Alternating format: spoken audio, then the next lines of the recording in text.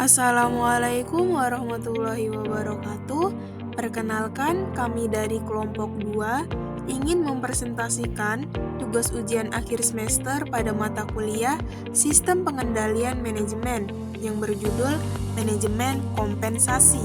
Sebelum masuk ke materi, izinkan saya untuk memperkenalkan anggota kelompok kami, yaitu kelompok 2. Yang pertama ada Sulistia dengan NIM 221110243603. Selanjutnya ada email Sanda Yudita dengan NIM 221110243607.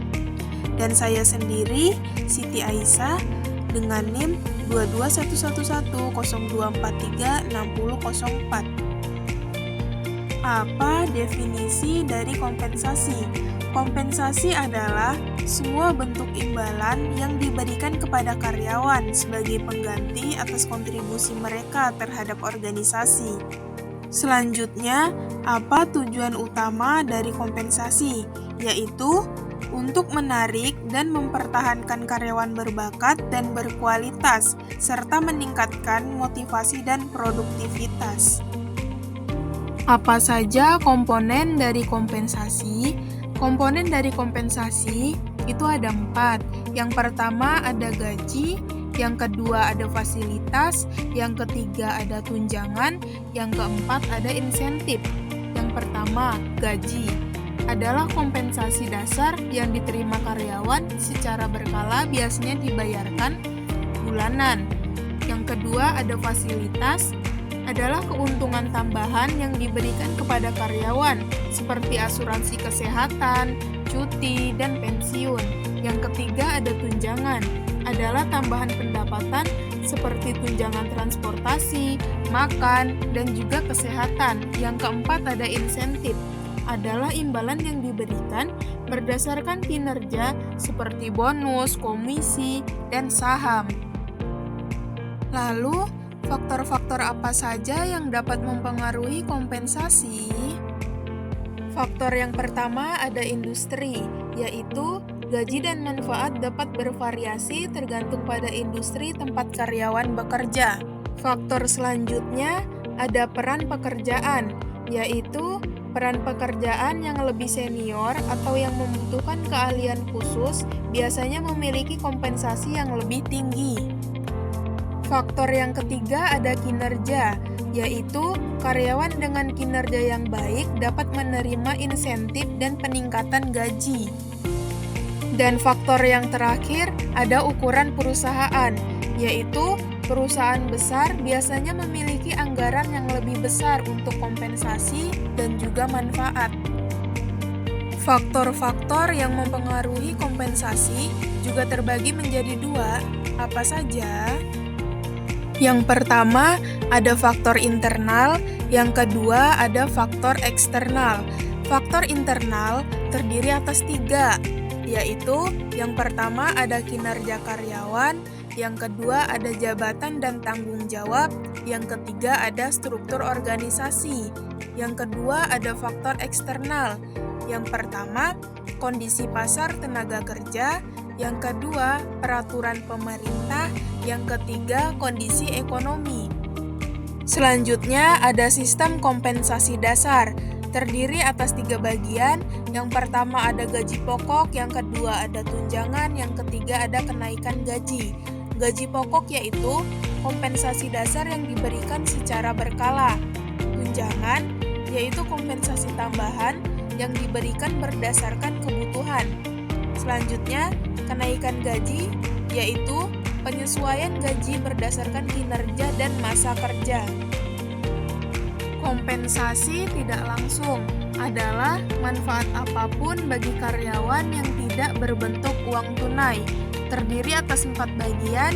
Yang pertama ada asuransi kesehatan, yang kedua ada cuti dan libur, yang ketiga ada pensiun, yang keempat ada pengembangan profesional.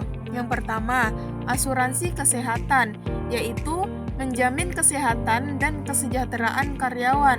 Yang kedua, cuti dan libur, yaitu memberikan kesempatan untuk beristirahat dan mengisi kembali energi. Yang ketiga ada pensiun, yaitu menjamin keuangan karyawan setelah masa kerja aktif. Yang keempat, pengembangan profesional, yaitu membantu karyawan meningkatkan keterampilan dan pengetahuan. Kompensasi berbasis kinerja adalah konsep yang banyak diterapkan oleh perusahaan untuk memotivasi karyawannya dan menjamin kinerja kerja yang tinggi.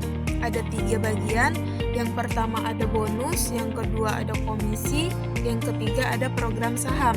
Bonus adalah imbalan tambahan yang diberikan berdasarkan pencapaian target kinerja.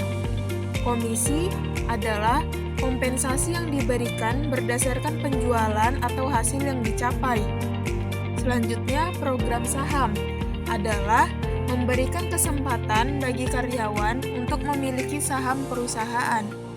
Strategi penempatan kompensasi terdiri atas 4 isi, yaitu yang pertama ada riset pasar, yang kedua ada evaluasi jabatan, yang ketiga ada penetapan gaji, yang keempat ada pengembangan sistem. Yang pertama, riset pasar. Riset pasar kompensasi adalah proses mengumpulkan data untuk menilai praktek kompensasi dalam industri dan pesaing. Riset ini dilakukan untuk menentukan kompensasi yang adil dan kompetitif bagi karyawan, sehingga perusahaan dapat menarik dan mempertahankan bakat terbaik. Yang kedua, ada evaluasi jabatan. Evaluasi jabatan adalah proses yang berkaitan dengan penilaian pekerjaan dan imbalan yang diberikan kepada karyawan. Yang ketiga ada penetapan gaji. Penetapan gaji dan kompensasi karyawan. Yang keempat ada pengembangan sistem. Pengembangan sistem adalah proses merancang dan mengimplementasikan sistem yang efektif untuk mengatur, mengukur, dan memberikan kompensasi kepada karyawan berdasarkan kontribusi dan prestasi mereka. Yang terakhir ada kesimpulan. Manajemen kompensasi mempunyai peranan penting dalam sebuah organisasi karena berkaitan dengan kreativitas karyawan dan akan meningkatkan keuntungan perusahaan. Manajemen kompensasi mendorong pengalokasian sumber daya yang efektif dan efisien, mendorong peningkatan stabilitas ekonomi. Manajemen kompensasi juga menunjukkan sebuah perusahaan yang mempunyai dana yang sehat dan memberikan penilaian terhadap karyawan yang baik, sehingga antara perusahaan dan karyawan saling memberikan keuntungan satu sama lain. Sekian dan terima kasih. Mungkin cukup sekian, kurang lebihnya saya mohon maaf. Saya akhiri. Billahi fisabilil haq fastabiqul khairat. Wassalamualaikum warahmatullahi wabarakatuh.